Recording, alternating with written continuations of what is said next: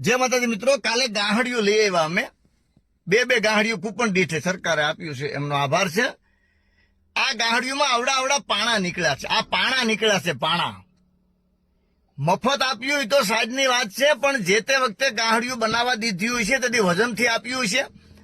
અને એ ગાહડિયું બનાવેલ એ અધિકારી કોઈ માથે ઉભા નહીં હોય, એટલે મજૂર લોકો છે એને પાણા નાખી દીધા છે. ગાહડી જ્યાંથી આવી મને કાંઈ ખબર નથી. મારે ઘેરે ફળિયામાં ઢગલો પીડ્યો પાણાનો, અને છોકરાઓ અમારા ઉપાડીને થાકી ગયા કે વજન બહુ છે, બહુ ખડ આવશે, બહુ ખડ. માદા પાણા નીકળે છે, પાણા.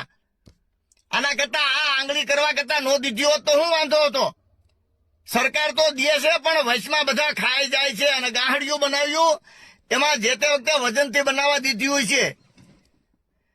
જેને કંટાળ આપ્યો હોય એને આ તપાસ કરો. આવડા પાણા નીકળે છે. આ હાવ માલધારીની પત્તર ઠોકી નાખી છે. આ પાણા હું કામ દ્યો છો? પાણા સરકાર તો દે છે, સરકાર ખૂબ દે છે, પણ આ વાહેલા પૂગવા નથી દેતા. આ માથે ઉભા નહીં હોય કોઈ. આ કોઈ રીત છે? આવડા પાણા નીકળે, આવડા પાણા મારા ફળિયામાં. મારે ઘેરે આવો. હું રાજાભાઈ ગઢવી ગુંદરણ ગામનો વતની છું. મારે ઘેરે આવો. અમારે ઘેરે ઢગલા પીડ્યા પાણાના. એક ગાહડીમાં કેટલા નીકળે છે પાણા. અધિકારીઓ હા એસી વાળી ગાડીમાં ફરે છે. આ વિડિયા નો બનાવી તો કરીએ હું અમે? આવી સહાય હોય સરકારનો તો? સરકાર મા બાપ છે, સરકારે ખૂબ ધ્યાન રાખ્યું છે, પણ વાહેલાવ નથી. આ પાડાવ પૂગવા દેતા ખાઈ જાય છે. આ પાણા જોખીને આપે છે. અમારી હાવ પત્તર ખાંડી નાખી. આ કોઈ રીત કહેવાય? આ પાણા નીકળે છે, ખડમાં પાણા નીકળે છે.